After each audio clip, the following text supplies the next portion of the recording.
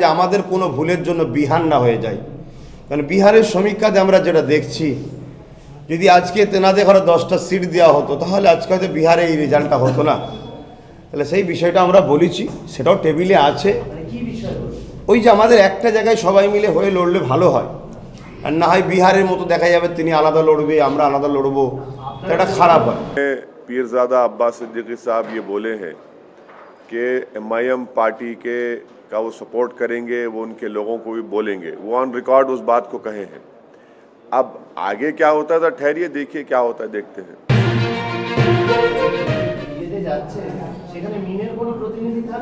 Actually ব্যাপারটা হচ্ছে ওটা আমরা টেবিলে তুলেছিলাম, আলোচনার মধ্যে দিয়ে এটাই উঠে এসছে যে একটা একটা করে বিষয় আলোচনা হোক। এখন আইএসএফের সঙ্গে যে আপনাদের যে সিটের আলোচনা সেটা সমাধান হোক, পরবর্তীতে ওই ব্যাপারটা নিয়ে ভাবা যাবে। কেন আমরা বলেছিলাম যে আমাদের কোনো ভুলের জন্য বিহার না হয়ে যায়। কারণ বিহারের সমীক্ষাতে আমরা যেটা দেখছি, যদি আজকে তেনাদের ঘরে 10টা সিট দেওয়া হতো তাহলে আজকে হয়তো বিহারে এই রেজাল্টটা হতো না। তাহলে সেই বিষয়টা আমরা বলেছি, সেটাও টেবিলে আছে। ওই যে আমাদের একটা জায়গায় সবাই মিলে হয়ে লড়লে ভালো হয়, আর না হয় বিহারের মতো দেখা যাবে তিনি আলাদা লড়বে, আমরা আলাদা লড়বো, এটা খারাপ হয়। সেটাও টেবিলে আছে। আমাদের চেয়ারম্যানকে দায়িত্ব দেওয়া হয়েছে ওনাদের সঙ্গে একটা আলোচনা করা, যে এইভাবে আমরা তো এক জায়গায় থাকতে চাইছি, কোনো রকম সমস্যা আছে কি না। তখন ওনাদের কাছ থেকে একটাই বার্তা এসেছে যে দেখুন একটা একটা করে আলোচনা হোক, একটা একটা করে আলোচনা করে আগানো যাবে। সেই জায়গা পর্যন্ত আমাদের আটকে আছে কথাটা। দ্বিতীয় নম্বর কথা, ব্রিকেটে যাওয়ার ব্যাপারটা যেটা বলছেন, আমরা যতটুকু জানি বর্তমান আমরা যে কটা দল একটা জায়গায় হয়েছি, সেই কটা দলের মধ্যে আইএসএফ রয়েছে এবং বামের সঙ্গে কংগ্রেসের একটা সমঝোতা হয়েছে, সেই জায়গায় তেনারাও থাকবে। তেজস্বী যাদবের সঙ্গে যত সম্ভব হয়েছে তেনারাও থাকবেন। আরও অনেক ছোট ছোট দল আছে, বাম শরিক দল তো অনেক আগে থেকেই আছে, সেগুলো থাকবেন। গতকাল আসাদুদ্দিন ওয়াইসি প্রেস কনফারেন্সে বলেছেন যে বাম কংগ্রেসের কোনো অস্তিত্ব নেই, সেখানে আপনার সাথে জোট মানে মিলত মানবে না। দেখুন, কে কিনটা মানবে সেটা তো সব নিজের নিজের দলের ব্যাপার, আর এখানে যে যেভাবে দেখছে সেটা তেনারও স্বাধীনতার ব্যাপার। কিন্তু আমি মনে করি টিএমসি এবং বিজেপি এই দুটোকে এই দুটোকে সরানোর জন্য বাকি যত আছেন যারা বলছেন এই দুটোর বিরোধী, তাদের সবাইকে এক হওয়া দরকার, এটা আমি মনে করি। সেই জায়গায় টেবিলে কথা রেখেছি। আমার চেয়ারম্যান তিনি আলোচনা করছেন, সেই আলোচনার মাধ্যম দিয়ে প্রথমে আমাদের এই জায়গাটা ঠিক হয়েছে যে আইএসএফকে কটা সিট দেবে, বাকিটা পরবর্তীতে আলোচনা আরও চলছে। আপনারা মিমের সঙ্গেও থাকতে চাইছেন, বাম কংগ্রেস সঙ্গেও থাকতে চাইছেন, কিন্তু মিমের বিরুদ্ধে যেটা অভিযোগ এরা করছে যে এরা সাম্প্রদায়িক দল, কীভাবে সম্ভব এটা একসাথে থাকে? সেটা টেবিলে তুলেছি, আলোচনার মধ্যে দিয়ে দেখা যাক কতদূর কি ক্লিয়ার করা যেতে পারে।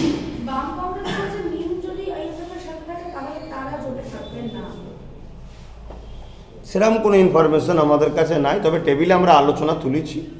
একটাই কথা উঠে এসেছে, একটা একটা করে আলোচনা হোক। আগে আমাদের সিটটা ঠিক হয়েছে, সিটটা এই জায়গায় হয়েছে। দ্বিতীয় স্টাফিসে কংগ্রেসের সঙ্গে আলোচনা চলছে, ওটাও দেখা যাক কী হয়।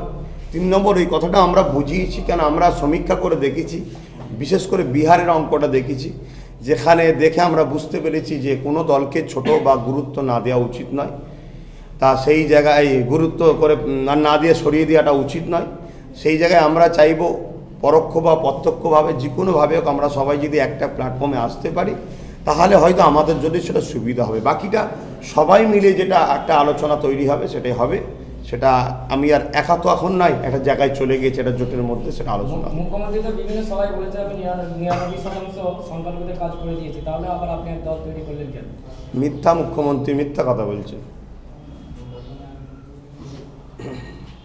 আসাদুদ্দিন ওয়াইসি কালকে প্রেস কনফারেন্সে বলেছেন যে আপনাদের চেয়ারম্যান নওশাদ সিদ্দিকী সাহেবকে তিনি কতগুলো আসনে প্রার্থী দেবেন লিস্ট দিয়েছেন, এবং সেই সমস্ত আসনে যদি প্রার্থী দেন মিম, তাহলে সেখানে কি আপনারা মিমকে সমর্থন করবেন, না আপনারা আলাদাভাবে সেই জায়গাতে প্রার্থী দেবেন? সেটা নিয়ে আলোচনা এখনও ক্লিয়ার হয়নি, তবে আমি ব্যক্তিগতভাবে এতটুকু আপনাদের বলতে পারি যে সেটা হচ্ছে এটাই যে আমাদের যে চেয়ারম্যান আছে তেনাকে আমি ব্যক্তিগতভাবে তেনাকে বলেছি যে দেখো ওনাদের সঙ্গে আলোচনা করো, যাতে করে কোনো রকমভাবে আমাদের মধ্যে যেন একটা মতনৈক্য না তৈরি হয়, আমরা একে অপরের বিরুদ্ধে না লড়ি, তাহলে নিশ্চয়ই আমাদেরই সেটা ক্ষতি হবে। বিরোধীরা সর্বসময় চাইবে আমাদের মধ্যে লড়াইয়ে লাগিয়ে দিবা, সেটা যেন না হয়, এটা খেয়াল রাখবেন। देखिए, अब्बास सिद्दीकी साहब, जिनकी मैं बड़ी इज़्ज़त करता हूं और करता रहूँगा, वो हैदराबाद को आए थे, अपने भाई नौशाद के साथ मेरे से मुलाकात किए। पीरज़ादा अब्बास सिद्दीकी साहब पीरज़ादा हैं एक बड़ी दरसगाह के फुरफुर शरीफ के।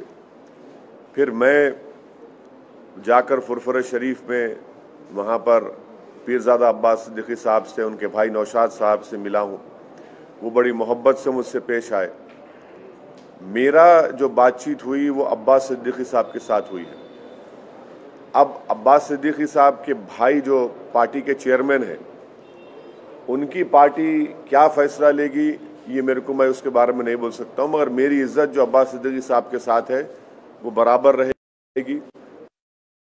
और उन्होंने कल एक स्टेटमेंट भी दिया है कि उनकी जो रिलीजियस जो ऑर्गेनाइजेशन है वो MIM पार्टी का सपोर्ट करेगी। सर, क्या उसमें क्लैरिटी चाहिए सर? कंफ्यूजन है, एक तरफ आप बोल रहे हैं आपकी बात अब्बास सिद्दीकी के साथ चल रही है, दूसरी तरफ नौशाद साहब उनकी पार्टी अलग है, तो एक क्लैरिटी चाहिए कि क्या अब्बास सिद्दीकी साहब ने आपको प्रॉमिस किया है कि जो आप लड़ेंगे आपके साथ आपको सीट देंगे, या उनका दोनों का टाई अप होगा?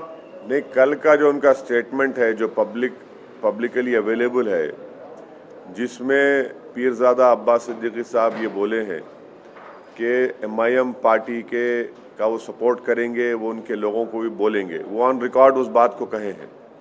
अब आगे क्या होता है तो ठहरिए, देखिए क्या होता है, देखते हैं। तो आपको क्या डर है कि जो CPM कांग्रेस उनके साथ बातचीत उनकी चल रही है, तो कहीं एक बात सुनिए, कहाँ है वोट कांग्रेस का CPM का? अगर कांग्रेस का CPM का वोट होता तो बीजेपी 18 पार्लियामेंट सीट जीत पाती। CPM कांग्रेस का वोट कहाँ है? ये तो पूरा भाग गया है बीजेपी में। और अगर ये अच्छे होते तो बीजेपी जीतती थी वहां पर। तो जहां पर TMC रिस्पॉन्सिबल है बीजेपी के विरोध के लिए, वहीं पर कांग्रेस CPM भी रिस्पॉन्सिबल है। और कांग्रेस पार्टी का तो माशाल्लाह आप देख लिए गुजरात में क्या हुआ, कुछ नहीं रहा। सियासत की जमीन तो साफ हो गई, तो इसलिए पानी में कूद जा रहे हैं। नहीं, मैं किसी का नाम नहीं ले रहा हूं भाई। सियासत की जमीन जब साफ हो जाती है तो जमीन मिल नहीं रही आपको, तो आप पानी में कूद जा रहे हैं। कूदिए पानी में, डूबेंगे वहां भी, यहां भी डूब गए जमीन पे, पानी में भी डूबेंगे आप। वो ठीक है, वो क्या क्या करते कर लीजिए, उनका जाती फेल है। मगर कांग्रेस का कहाँ है? कांग्रेस का वोट कहाँ है? वे अहमदाबाद जैसी सरजमीन पर सिर्फ 20 दिन के कैंपेन में हम लोग 7 सीट जीतते हैं, और जो 15 सीट हारे वहां पर सब्सटेंशियल नंबर ऑफ वोट्स हम लोग लिए। वो तमाम के तमाम लोग बोलते कांग्रेस का बड़ा गढ़ है। हम बोले ठीक है, हम गढ़ में जाके हम लड़ते, हर एक के गढ़ में जाते हैं। हम दंगल में गए, जीते वहां पर। और मैं शुक्रगुजार हूँ अहमदाबाद के तमाम वोटर्स का, वहाँ के हमारे साबिर साहब का, पार्टी के प्रेसिडेंट का, भट्टी साहब का, उनकी पूरी टीम का, साबिर साहब के, और हम लोग जीते वहाँ पर। तो कांग्रेस का वोट कहाँ है? किधर है? कौन सी दुनिया में है? कहाँ है कांग्रेस का वोटर? CPM लेफ्ट फ्रंट कहाँ है? किधर है? अब खाली CPM कहीं रेलेवेंट है, वो केरला में है, वो मानते उस बात को, और हो सकता है कि वहाँ पर टफ मुकाबला देंगे वो, मगर दूसरी जगह कहाँ है CPM है? कोशिश कर रहे हैं ना सर, CPM कांग्रेस अब्बास सिद्दीकी के साथ बात कर रहे हैं। अब वो देखिए, अब मैं अब्बास सिद्दीकी साहब की इज्जत करता हूं और करता रहूंगा। उनका स्टेटमेंट भी कल का अवेलेबल है। अब देखिए आगे क्या होता, फिर डिसाइड करेंगे। सर, राहुल गांधी ने ये स्टेटमेंट दिया है कि नॉर्थ में पॉलिटिक्स अलग होती है और साउथ में लोगों को इश्यूज में काफी इंटरेस्ट है, तो क्या करना? देखिए मैडम, ये जो है ना, ये उनका स्टेटमेंट है, उनसे पूछिए आप। उनके पार्टी वाले भी तो यही कह रहे हैं कि ये इसका एक्सप्लेनेशन हम नहीं दे सकते, सिर्फ राहुल गांधी को ही दे। हाँ, तो असदुद्दीन ओवैसी कैसे देंगे जब उनकी पार्टी नहीं समझ सक रही? उनको मैं कैसे समझूंगा उनको? भाई उनकी पार्टी में रहने वाले उसका एक्सप्लेनेशन नहीं दे रहे तो क्या ओवैसी देगा? कहाँ का देगा वो? इसीलिए देखिए कांग्रेस पार्टी का बुरा हाल है। कांग्रेस पार्टी कंफ्यूजन के स्टेट में नहीं है बल्कि कोमोटा स्टेज में आ चुकी है अभी। तो ना फिर आप अमित शाह को क्यों दे रहे परमिशन, फिर बीजेपी को क्यों दे रहे? हमको भी दो परमिशन। आप परमिशन नहीं देने क्यों नहीं दे रहे? आप मेरे को अपनी बात रखने का हक इख्तियार हासिल है। बीजेपी को भी नहीं, एक बात सुनिए, अगर मैं अपनी बात नहीं रख सकता हूँ डेमोक्रेसी में, मेरे को इख्तियार हासिल है, मैं अपोज करूंगा, सबको अपोज करूंगा। मैं टीएमसी को करूंगा, बीजेपी को करूंगा, सीपीएम को करूंगा, कांग्रेस को करूंगा। I will definitely go, but the question that has been asked to me is about the not giving of permission to MIM party to hold a public meeting in Mitya Burj. ये जब गोधरा हो रहा था, ममता बनर्जी कहाँ बैठे थे? जब गुजरात में फसाद हुआ, ममता बनर्जी कहाँ बैठे थे? 18 सीट लोकसभा बीजेपी जीती, मैं लड़ा भी नहीं, मैं जिम्मेदार हूं।